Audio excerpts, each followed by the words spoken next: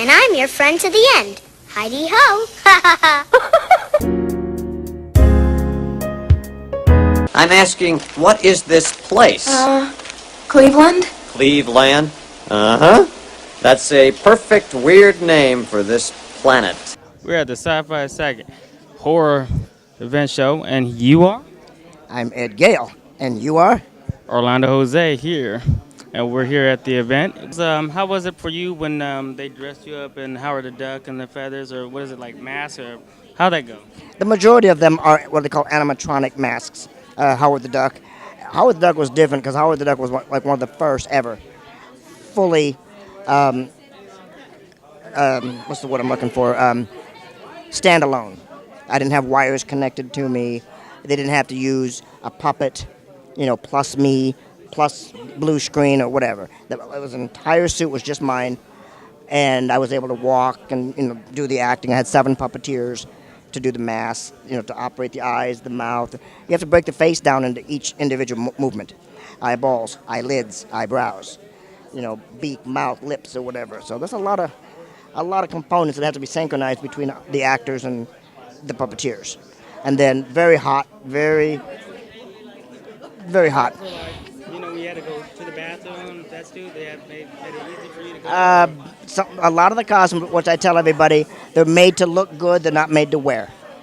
Some are very, very. I remember. I rarely took off the Howard the Duck suit ever. I mean, for breaks and for lunch, and very difficult.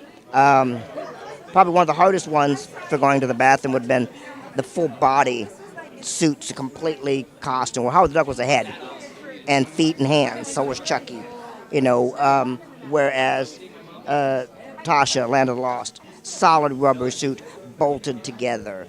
But if you sweat a lot, then you don't go to the bathroom anyway. No, but you don't go to the bathroom. You drink and you sweat, you drink and you sweat. It doesn't hit your kidneys. So you don't. How many bathroom breaks they take at football games? You know what I'm saying? You don't see the guys. You can't go. You can't play football. You don't. It doesn't even hit your. You just drink and sweat. No, you just drink and sweat. You don't have to go. And so I realized that early in my career. It's like, wow, the more you sweat, you don't have to go to the bathroom. But then I lose a lot of weight during the. As you can tell, I haven't done a show in a while because I'm usually very. Yeah, I've gained 40 pounds in the past 2 years since I've took time off. I gotta lose the weight. Like some of your friends and family, would they notice that was you and Chucky? Or did you tell them?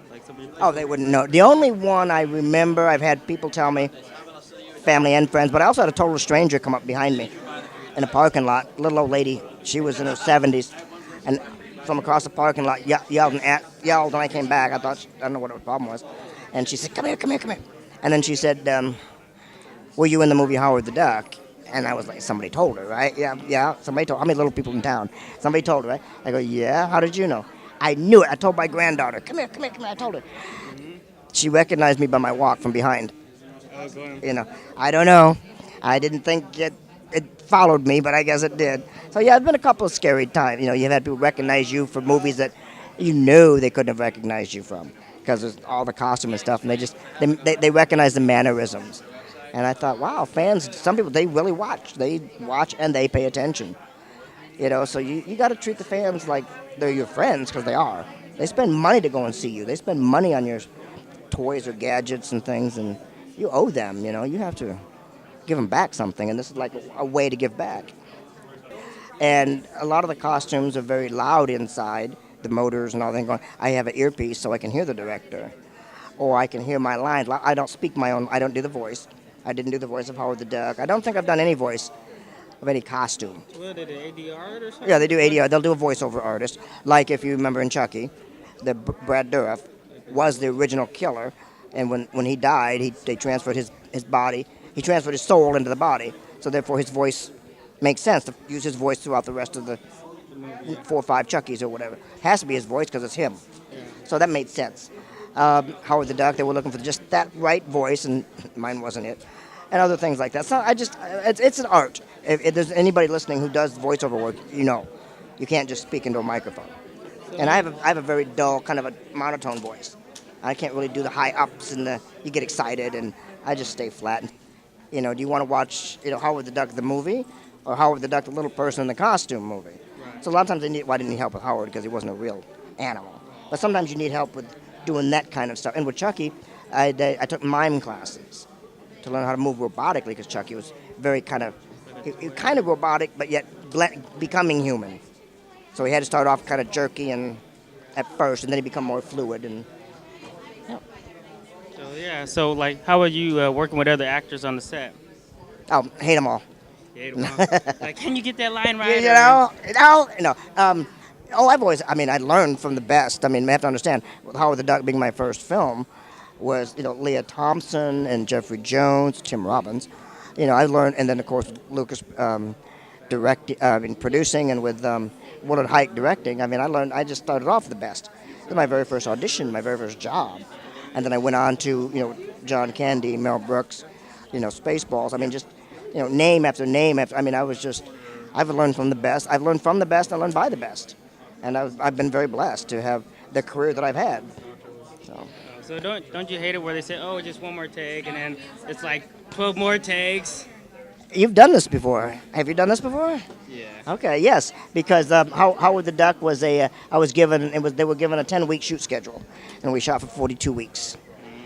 So we shot for 10 months instead of 10 weeks, and 30 takes, days, long days. So I know with one more take. In fact, they even said, "Cut, you're released. Take me out of the costume." And they sent a police car to chase us down the freeway. Come back, we missed a shot. Wow, because you're already out of there now. You're done. You're home in bed up here. Up here, you're home. You're in bed. You're done for the weekend or whatever day. Yeah, you're not the character. And it's very hard to put that costume back on because I've always told them. Since then, I learned. I said, if you take me out of that costume, I'm done. I can't go back. Because you've released yourself. Yeah. You're like, oh, I'm not this guy. I'm back home. And then, oh, can we do one more take? No. I know, that's what I was wondering. Like, do they call you like, hey, we need you to do that? You're like, huh? They've never have called me, but they've stopped me halfway out the door, and it depends. I've done it, and sometimes I put my foot down and just say no. There's none left. I'm out. Like I said, one film I lost 11 pounds in 30 days, and it was exhausting. I know, but it used to be, what was it, Panavision? Remember, you wanted a Panavision camera. They were the kings. The record button is more. That's the only thing to worry. I'm like, oh my god, it's like putting. And it's all computerized editing anymore. You don't even, you don't need the voices, like synthetic voices, and it's changing. As I can say that I lived through. I remember. I remember when we used real film. So I'm here with Gale, and this is Orlando Jose, and I see you got some fans ready to talk to you. Come and say hi. All right, this is Orlando Jose on DCTV, and we're signing off. And scene.